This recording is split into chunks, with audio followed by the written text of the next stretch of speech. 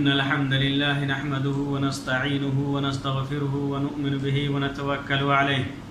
ونعوذ بالله من شرور أنفسنا وسيئات أعمالنا من يهده الله فلا مضل له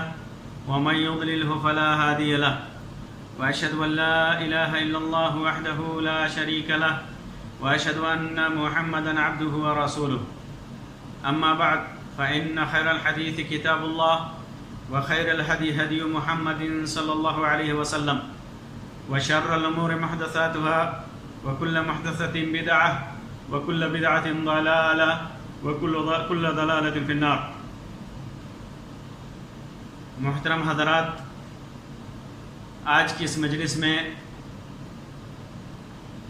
میں چند ان امور کا ذکر کروں گا جن کا ارتکاب کر کے عام مسلمان عید کے دن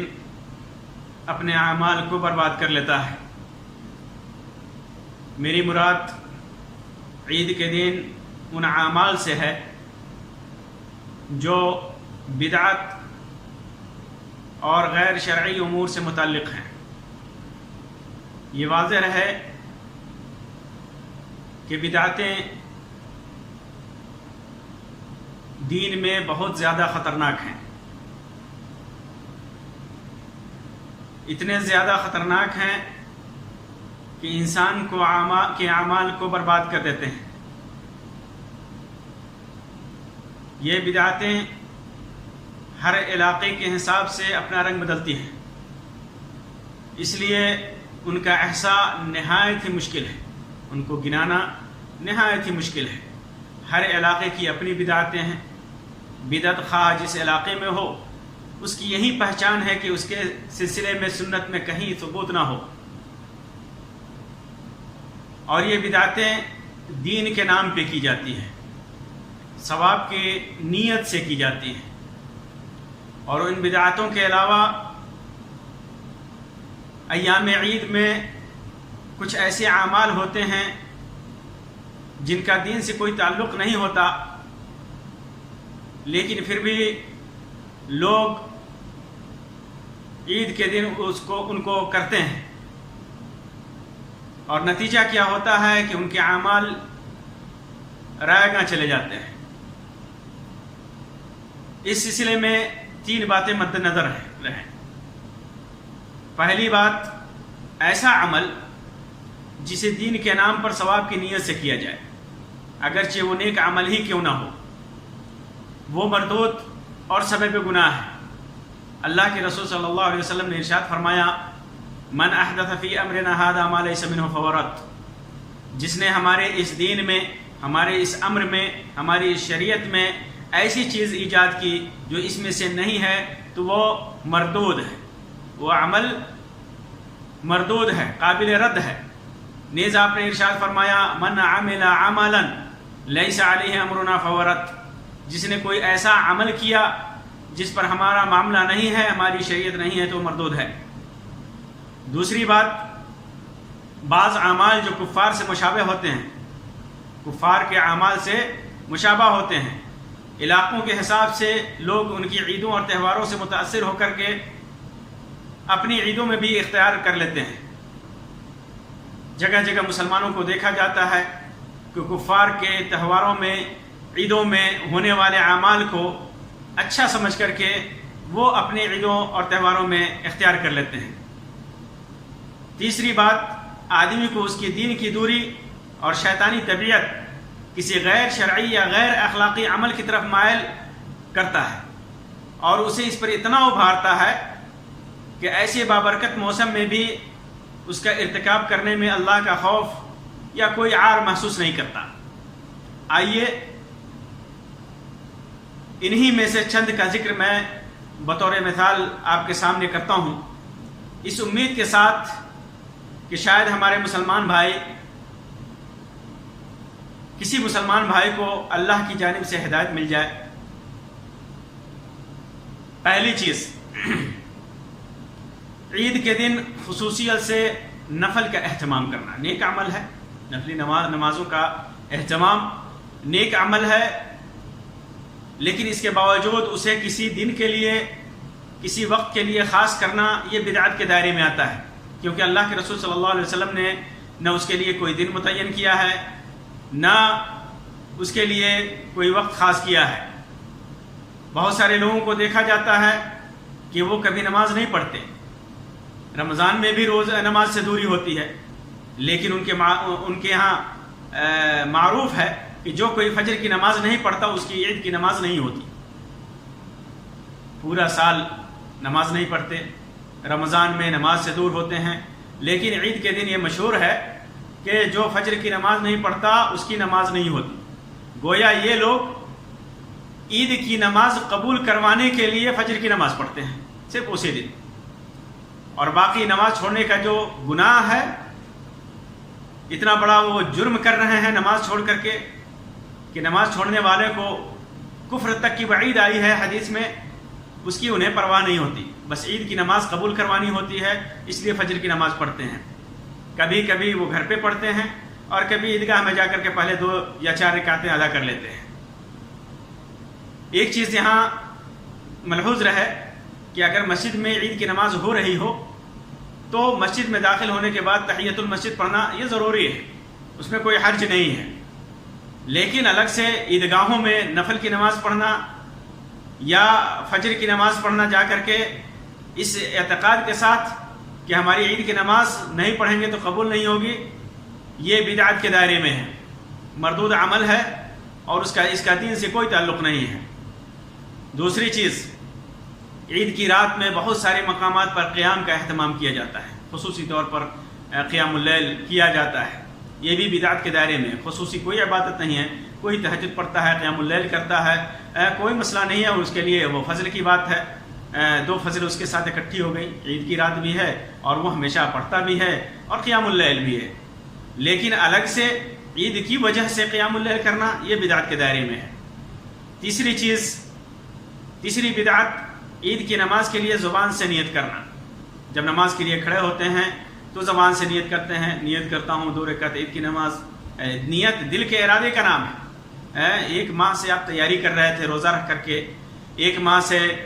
آپ انتظار میں تھے کہ عید کا دن آئے گا، ہم نماز کے لیے جائیں گے، اور ہفتوں سے آپ کپڑے سلوا رہے تھے، مٹھائیاں بنوا رہے تھے، مختلف اہتمام کر رہے تھے، یہ نیت نہیں تھی، یہی تو اصل نیت ہے۔ آپ گھر سے نکلے تکبیر پڑھتے ہوئے، یہ بھی نیت ہے عید کے لیے، الگ سے زبان سے پڑھنے کی یا کرنے کی کیا ضرورت ہے؟ یہ دین میں ایک بدعت ہے، نئی چیز ہے جو ہماری عبادت کو خراب کر سکتی ہے، یہ بدعت۔ بلکہ یہاں تک دیکھا گیا ہے کہ بعض مسجدوں میں نماز سے پہلے نیت کرنا باضابطہ سکھایا جاتا ہے، باضابطہ سکھایا جاتا ہے کہ ایسے نیت کرنی ہے۔ چوتھی چیز، عید کے دن ایک دوسرے سے گلے ملنا، یہ عجیب بدعت ہے۔ امام جو ہی سلام پھیرا، کھڑے ہو کر کے سب سے پہلے امام سے گلے ملتے ہیں، کوئی گلے نہیں ملا تو ناراض ہو جاتے ہیں۔ البتہ مصافحہ کرنا یا الگ علاقوں میں یہ رواج ہے، ملنے کے بعد لوگ گلے ملتے ہیں، جیسے پٹھانوں کے یہاں ہے، سوڈانیوں کے یہاں ہے، عربوں کے اندر ان کا اپنا طریقہ ہے، یہ طریقہ ہے، ملتے ہیں، کوئی حرج نہیں ہے۔ لیکن عید کے لیے گلے ملنا کہ عید کا دن ہے، گلے نہیں ملیں گے تو عید نہیں ہوگی، گلے نہیں ملیں گے تو ناراضگی ہو جائے گی، یہ ساری چیزیں بدعت کے دائرے میں آتی ہیں، اس سے بچنا چاہیے۔ اسی طرح 5ویں چیز، غیر محرم عورتوں سے مصافحہ اور ان سے گلے ملنا، یہ نہایت ہی بری عادت ہے لوگوں میں، اسی بہانے لوگ اپنا دین خراب کرتے ہیں، اپنا ایمان خراب کرتے ہیں، غیر محرم عورتوں سے مصافحہ کرتے ہیں، گھروں میں جو غیر محرم عورتیں ہیں، باہر کی جو غیر محرم عورتیں ہیں ان سے مصافحہ کیا، گلے ملا، یہ ایسے لوگوں کا اخلاق دین کے حساب سے نہایت ہی خراب ہے، اور ایسے عمل سے، غیر شرعی عمل سے، گناہ والے عمل سے بچنا چاہیے، اور خاص طور سے عید کے دن تو اور اس کا گناہ بڑھ جاتا ہے۔ اسی طرح 6ٹھی چیز، عید کے دن خصوصی میلہ لگانا، بہت سارے علاقوں میں دیکھا جاتا ہے خصوصی طور پر میلے لگتے ہیں، ٹھیک ہے، بعض چیزیں بیچنے کے لیے غیر مسلم بھائی یا مسلمان بھائی اس موقع کو غنیمت جانتے ہوئے کوئی چیز بیچیں تو ہو سکتا ہے تجارت کے حساب سے جائز ہو، لیکن باضابطہ اس کو لگایا جاتا ہے، کہ عید کے دن جب تک میلہ نہیں لگے گا ہماری عید صحیح نہیں ہوگی، خوشی نہیں بنے گی، اور اس میں بھی مرد عورت جوان لڑکے لڑکیاں یہ سارے بے پردگی اور اختلاط کے ساتھ وہاں جاتے ہیں اور اس کو ایک برا بازار بنا دیتے ہیں۔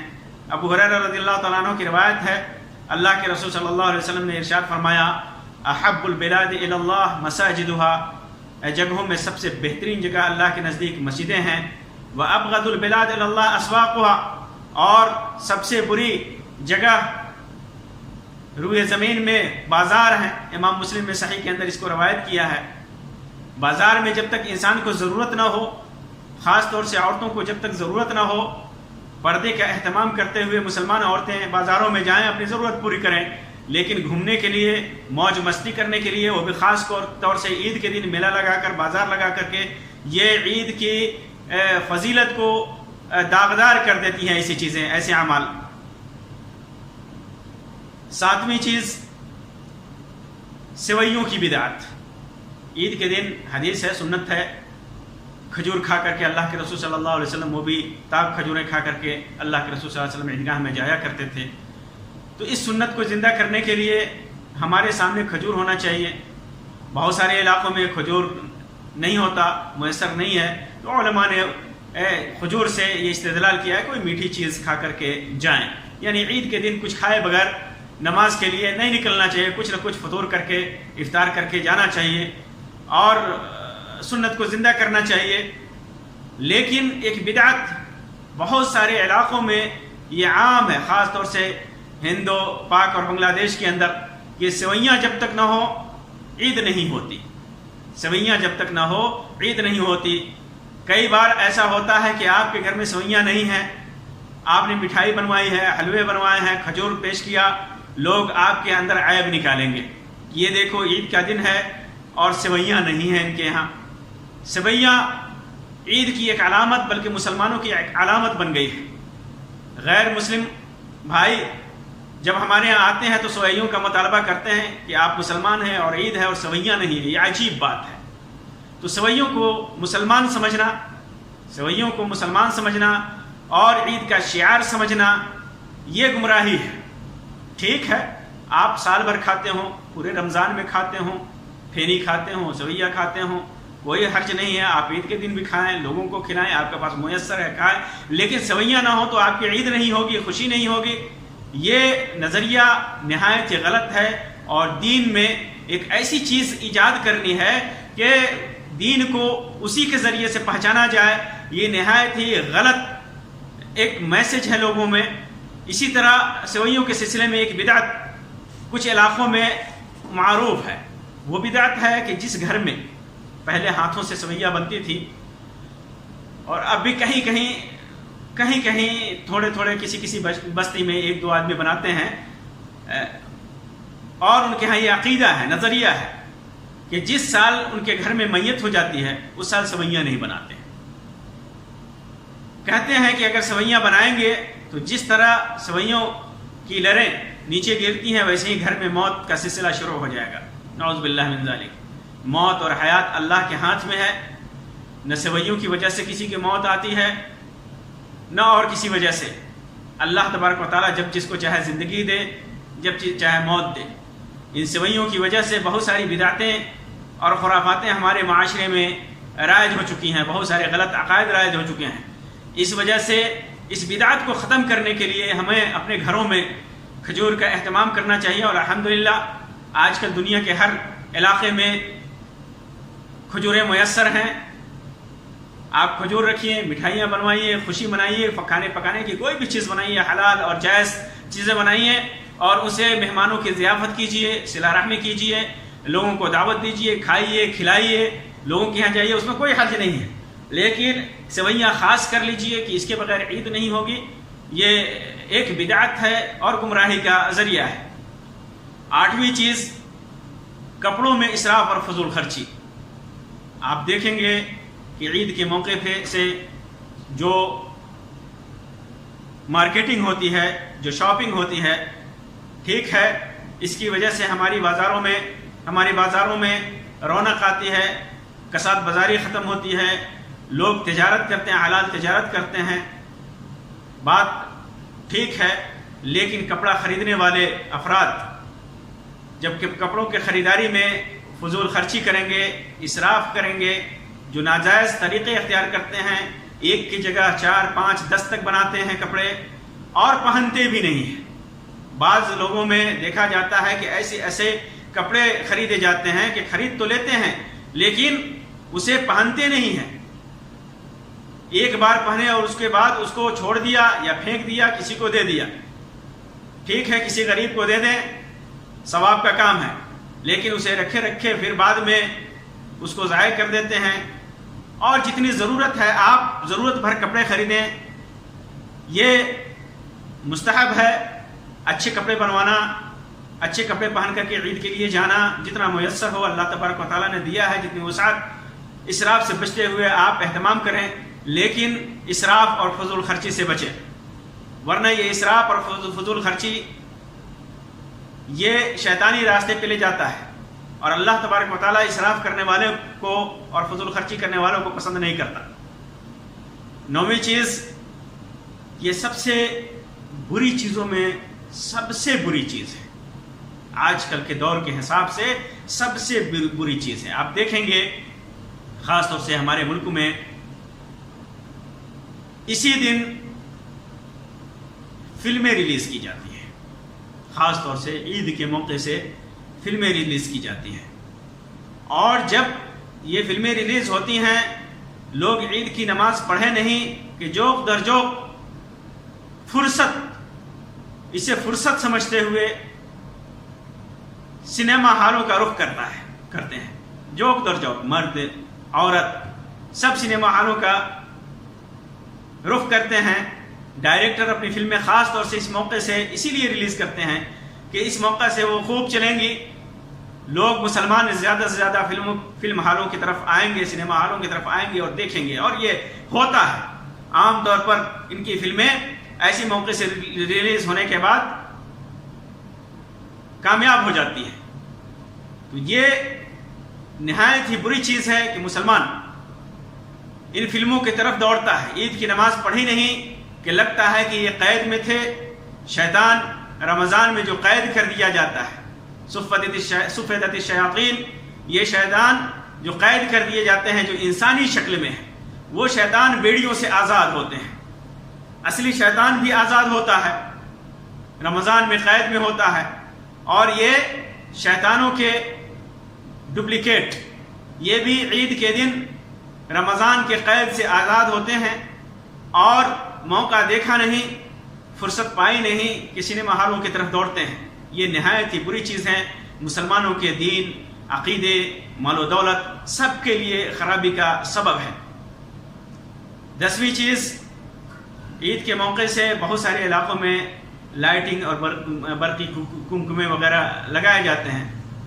اور دلیل کیا دیتے ہیں کہ اس سے خوشی مناتے ہیں، لوگوں پر دھاک جمتا ہے مسلمانوں کا کہ تہوار کا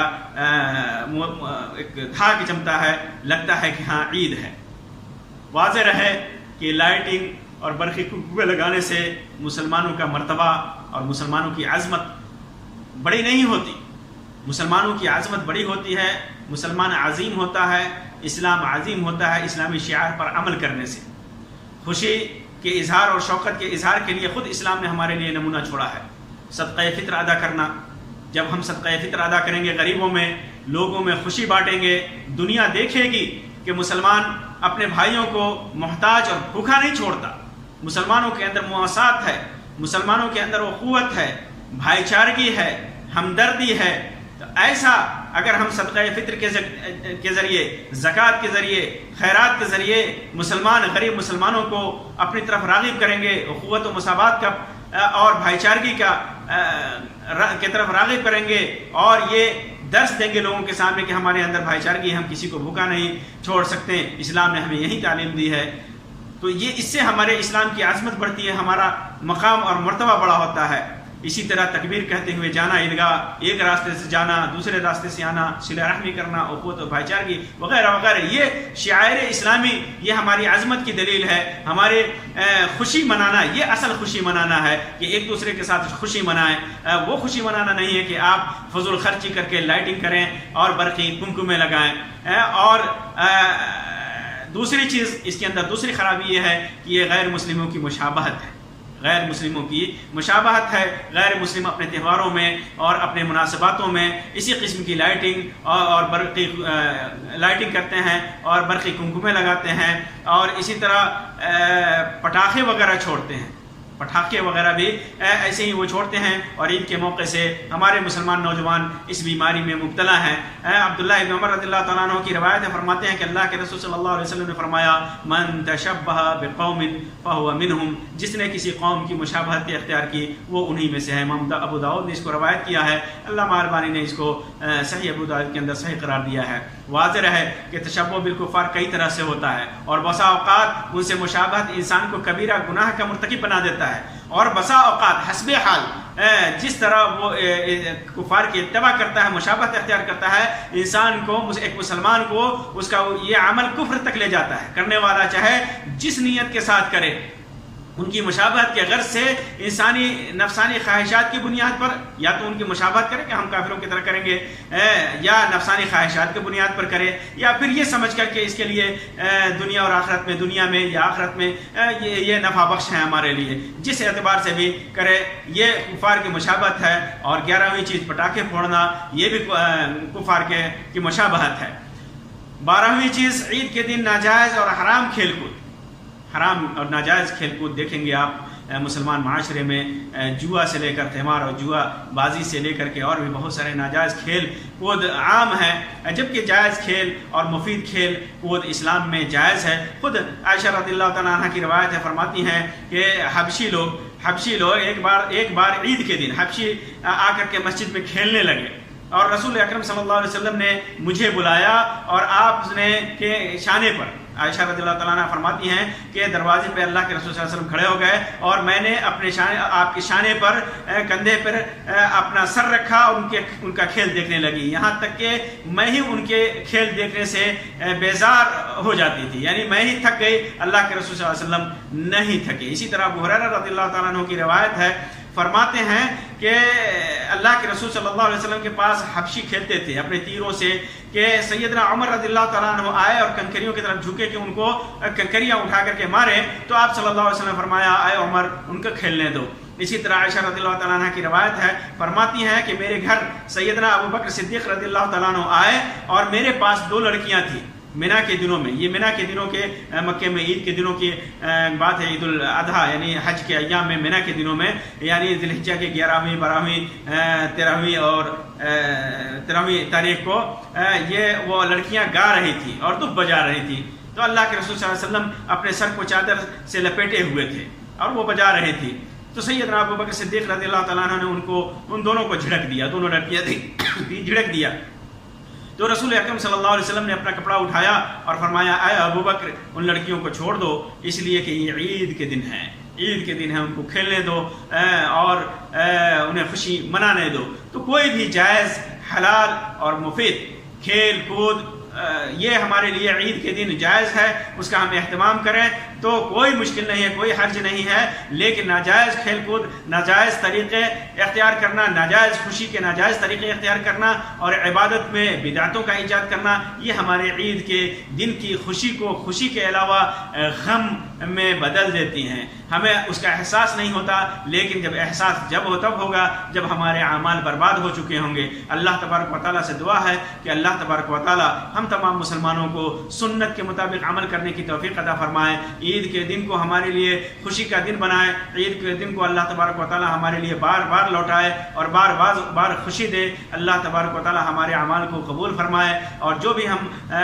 گناہ کر رہے ہیں اور برائیاں کر رہے ہیں اور ہمارے مسلمان بھائی کر رہے ہیں، اللہ تبارک و تعالیٰ ان گناہوں سے، برائیوں سے ہمیں اور ان کو بچنے کی توفیق عطا فرمائے. آمین یا رب العالمین. وآخر دعوانا ان الحمد للہ رب العالمین، وصلی اللہ علی خیر خلقہ وسلم. والسلام علیکم ورحمۃ اللہ وبرکاتہ.